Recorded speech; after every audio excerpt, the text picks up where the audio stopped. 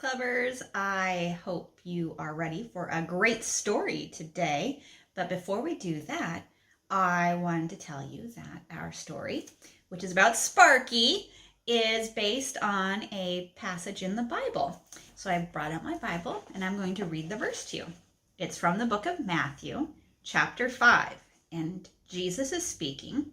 He says, "You are like light for the whole world.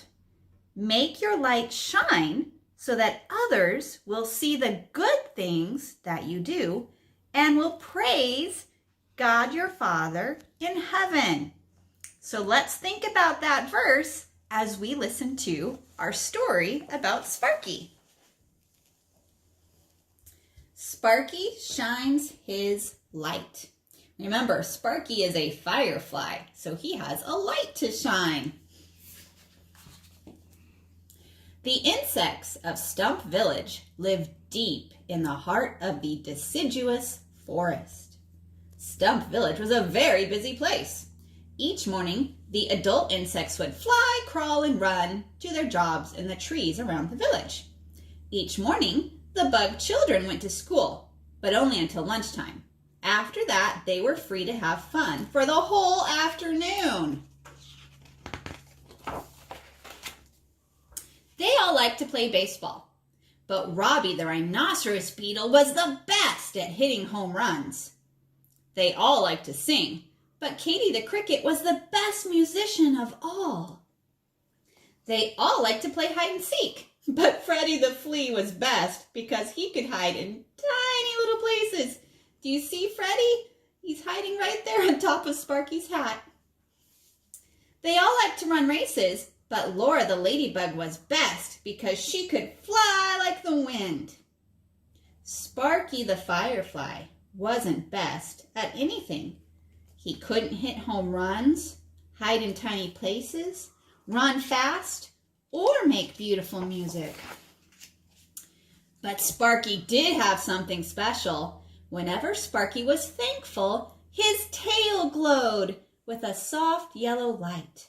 Unfortunately, Sparky's light sometimes got him into trouble. Like the day Sparky and his friends were playing hide and seek, Sparky had a great hiding place. But the more thankful he was for his hiding place, the brighter his light shone, and everybody could see him and find him. One day, Sparky got all the words right on his spelling test. Well, except for the word spaghetti. He was so thankful that his light grew brighter and brighter. "Sparky," said the teacher, Mrs. Arachnid, "turn off your light. You're distracting the rest of class." Sparky wanted to obey, but he couldn't. He had become a very thankful bug. "I can't turn off my light," he said. "Go to the principal's office," said Mrs. Arachnid. Another night, Robbie's dad took the bugs camping next to a root at the bottom of the stump. The bugs roasted marshmallows around the fire while Katie sang a beautiful song and Freddie happily danced on top of the root. Mr. Rhinoceros Beetle smiled. "That was a fine song, Katie, and a fine jitterbug, Freddie." But after a while, everyone was getting tired, so they rolled out their sleeping bags. The night was cold and the ground was hard. 2 rocks poked against Sparky's tummy. Sparky thought about his soft, warm bed at home. The more he thought about home, the more thankful he became, and the brighter his light shone. "Sparky," grumbled Mr. Rhinoceros Beetle, "please turn out your light. It's late." "Yeah, light switch," said Freddie. Sparky felt alone and sad. Sparky decided that he would never be thankful again, because being thankful just got him into trouble. So from then on, when Sparky's mother made him a special breakfast before school, he did not say thank you. When Laura the ladybug apologized for laughing at him, Sparky pretended not to hear her. When his friends asked him to play games with them, Sparky just walked away. Sparky was one miserable and sad little bug. Then one evening, Laura said to Sparky, "We're going swimming in the puddle. Do you want to come?" Sparky was so excited he couldn't say no. The puddle was his favorite place to play. "I'll come," he said, but he was careful not to thank Laura for the invitation. Uh-oh.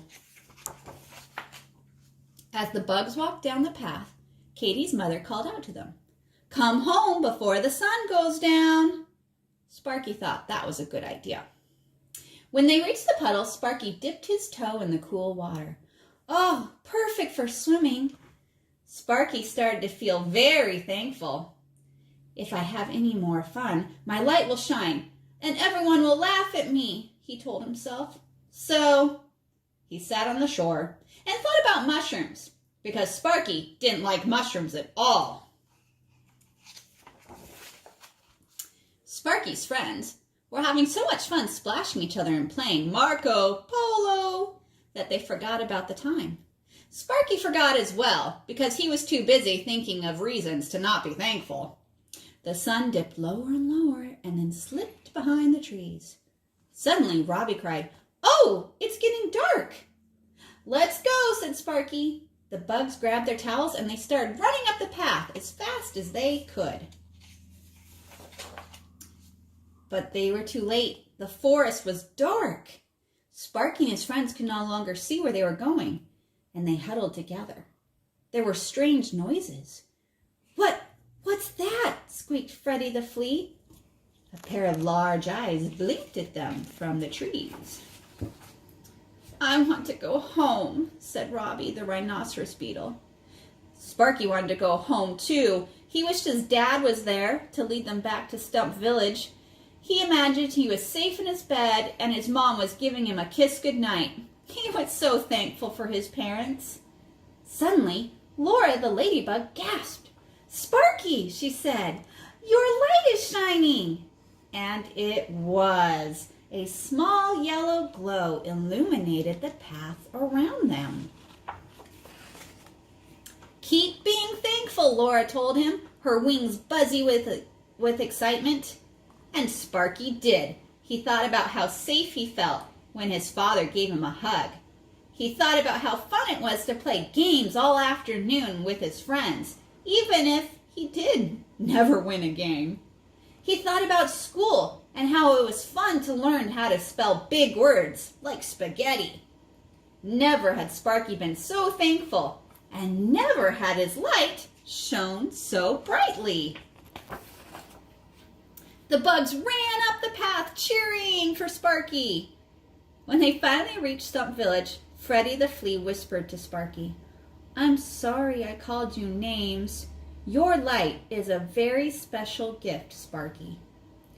"Thank you," said Sparky, and his light shone even brighter.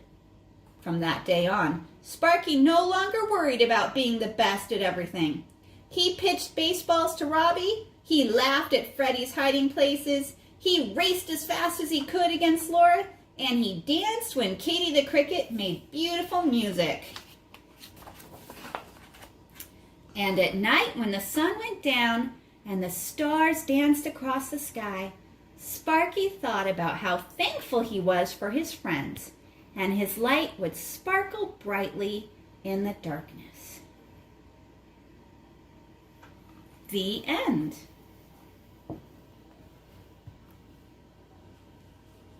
Wow, was that a great story? It's one of my favorite Sparky stories. Sparky learned about being thankful even when it was tough, right? Sometimes it's hard to be thankful when bad things are happening or when people make fun of you. But the Bible tells us that we should be thankful and rejoice in all things. That's from the book of Philippians. And our verse today, remember, was from Matthew that talks about how we should have our light shine so that we can praise God and that others will see the good things we do and they will praise God. So Sparky, because of his light, was able to be thankful and praise God with his light, right? Well, I hope you had fun listening to the story, and I will see you guys later. Bye.